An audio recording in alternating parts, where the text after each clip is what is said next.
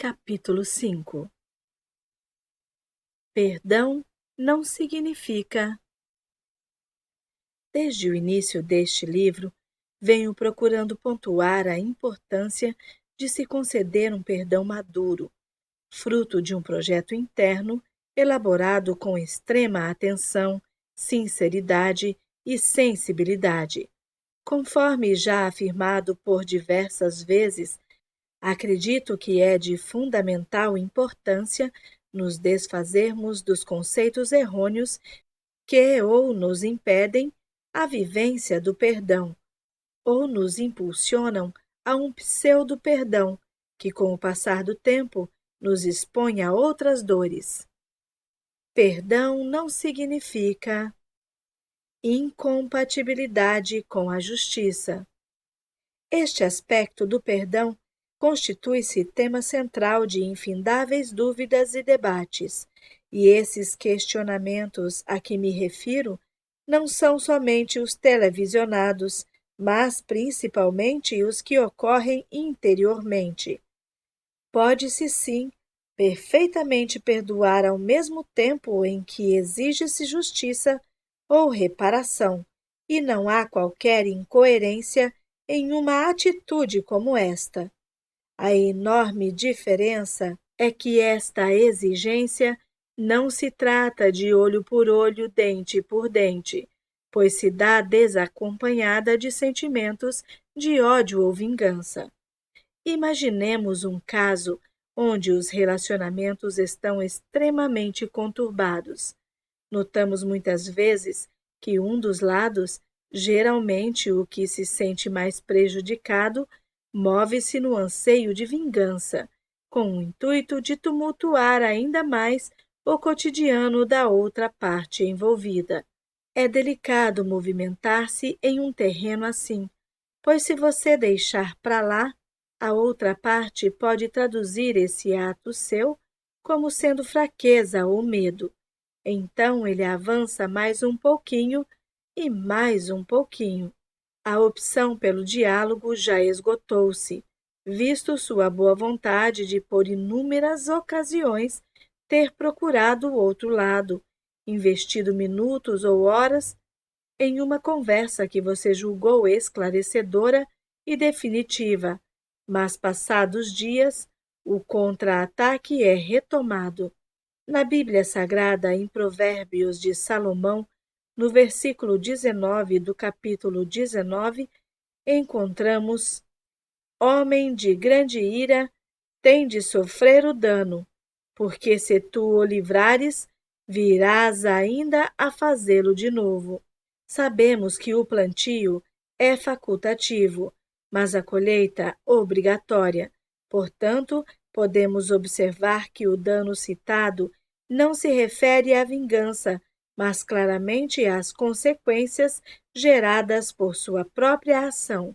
Parece existir uma porcentagem de pessoas que não compreendem outra linguagem senão a judicial.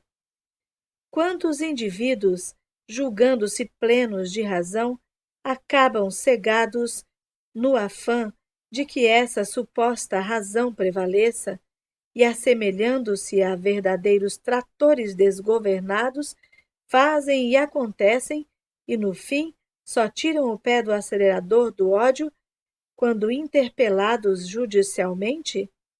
Existem circunstâncias em que não nos resta outra alternativa senão mover um processo civil ou criminal.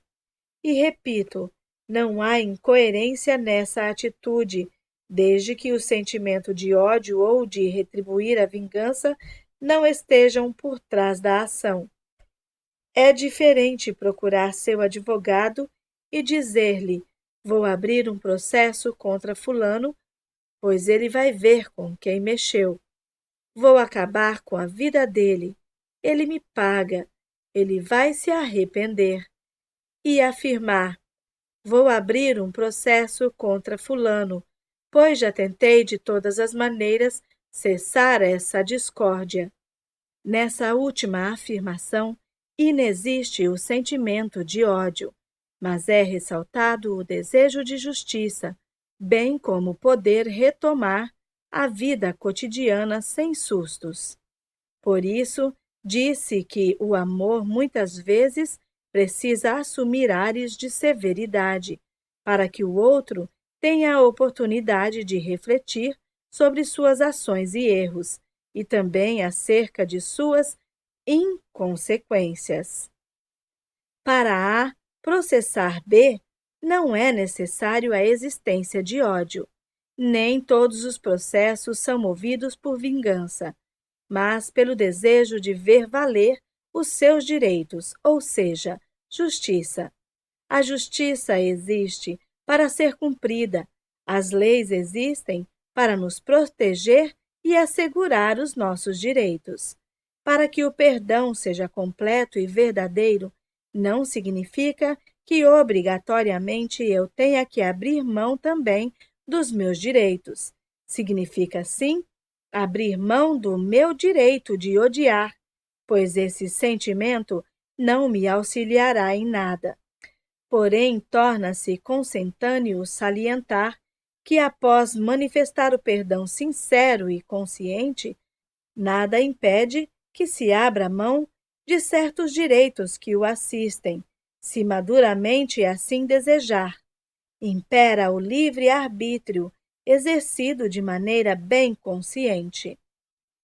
Em sua costumeira saudação de Ano Novo, em 2002, o Papa João Paulo II declarou que não pode existir paz sem justiça, assim como não existe justiça sem perdão. Em suma, estejamos sempre cientes de que perdão não é incompatível com justiça, mas que jamais devemos dar o nome de justiça ao desejo de vingança. Afinal, tribunais são locais destinados a resolver injustiças e não diferenças. Perdão não significa aceitar tudo. Já nos alertou Mayakovsky. Amar não é aceitar tudo. Aliás, onde tudo é aceito, desconfio que há falta de amor.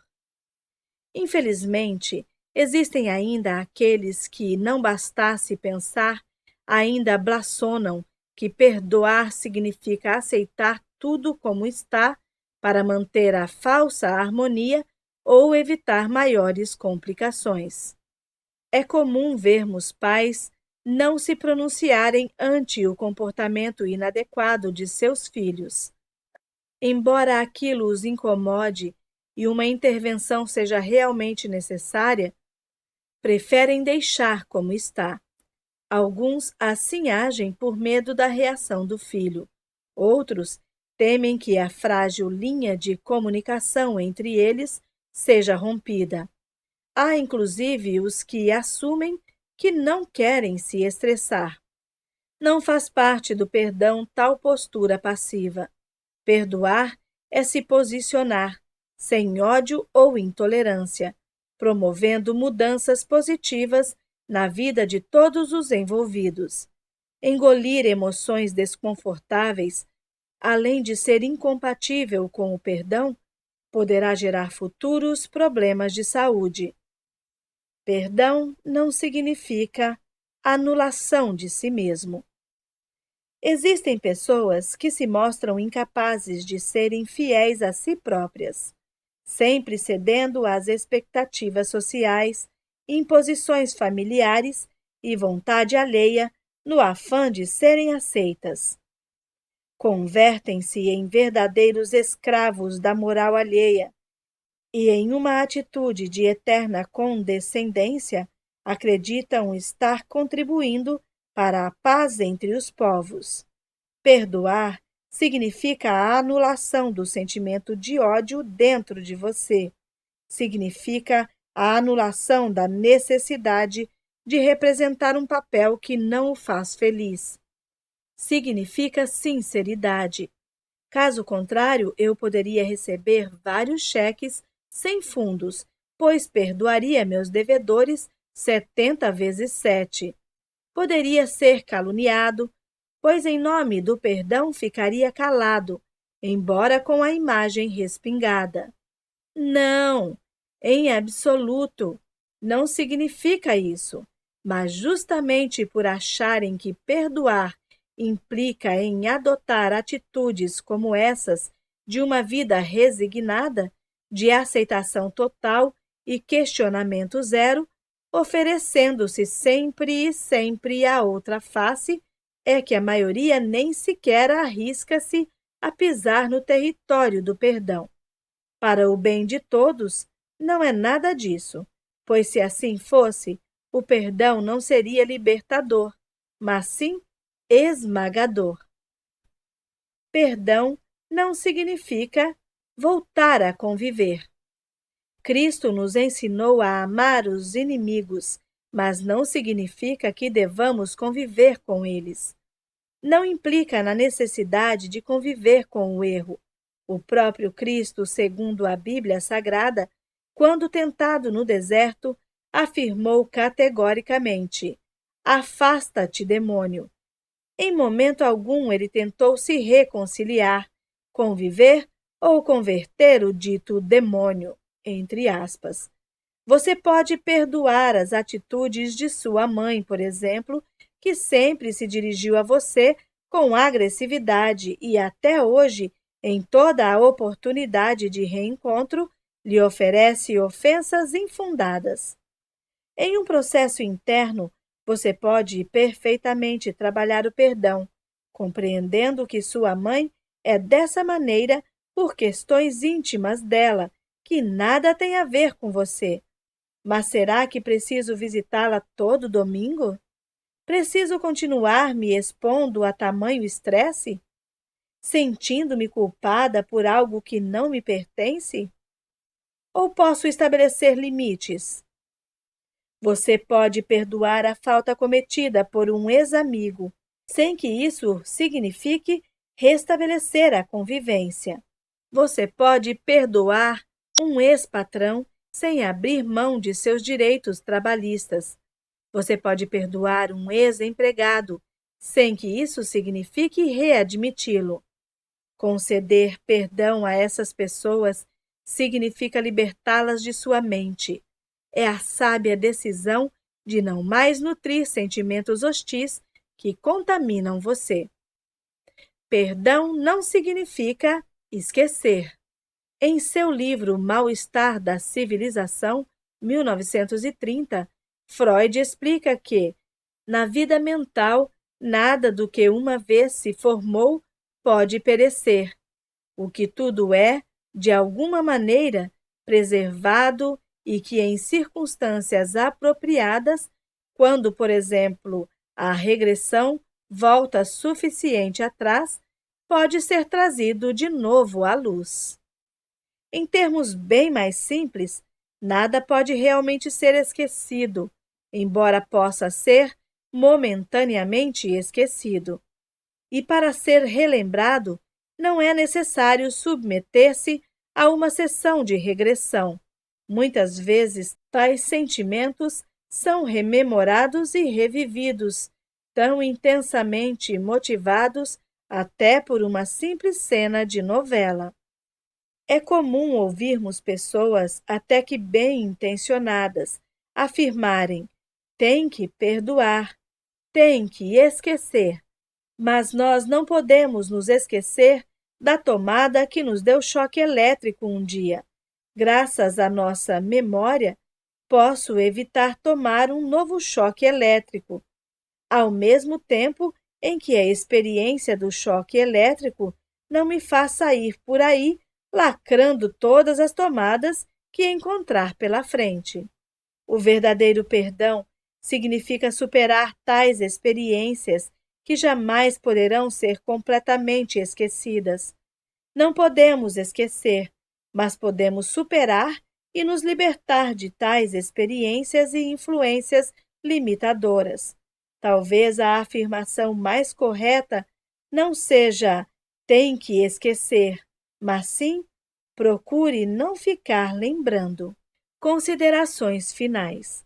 Para finalizar este capítulo, um bom exemplo a ser utilizado encontra-se no Novo Testamento, em Atos dos Apóstolos, dos versículos 19 ao 40 do capítulo 16. Abaixo transcrito. Ora, vendo seus senhores que a esperança do seu lucro havia desaparecido, prenderam a Paulo e Silas e os arrastaram para uma praça à presença dos magistrados. E, apresentando-os aos magistrados, disseram: Estes homens, sendo judeus, estão perturbando muito a nossa cidade e pregam costumes que não nos é lícito receber nem praticar, sendo nós romanos. A multidão levantou-se a uma contra eles, e os magistrados, rasgando-lhes os vestidos, mandaram açoitá-los com varas. E, havendo-lhes dado muitos açoites, os lançaram na prisão, mandando ao carcereiro que os guardasse com segurança. Ele, tendo recebido tal ordem, os lançou na prisão interior e lhes segurou os pés no tronco. Quando amanheceu, os magistrados mandaram quadrilheiros a dizer: Soltai aqueles homens. E o carcereiro transmitiu a Paulo estas palavras, dizendo: Os magistrados mandaram que fosseis soltos. Agora, pois, saí e ide em paz. Mas Paulo respondeu-lhes: Açoitaram-nos publicamente, sem sermos condenados, sendo cidadãos romanos, e nos lançaram na prisão, e agora encobertamente nos lançam fora? De modo nenhum será assim. Mas venham eles mesmos e nos tirem. E os quadrilheiros foram dizer aos magistrados estas palavras, e estes temeram quando ouviram que eles eram romanos.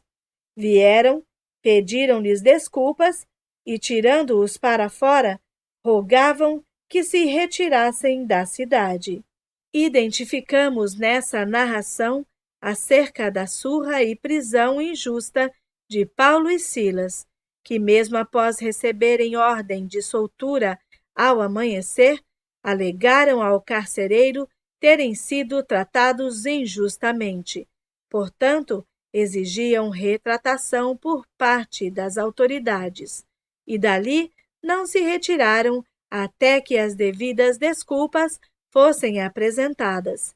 Sim, justamente ele, que pregava a paz, a tolerância, o amor, o perdão, a compreensão. É necessário identificarmos a enorme diferença entre ser bonzinho e ser justo, pois nessa diferença reside a verdadeira reconciliação, fruto do discernimento que lhe permite agir de maneira sábia.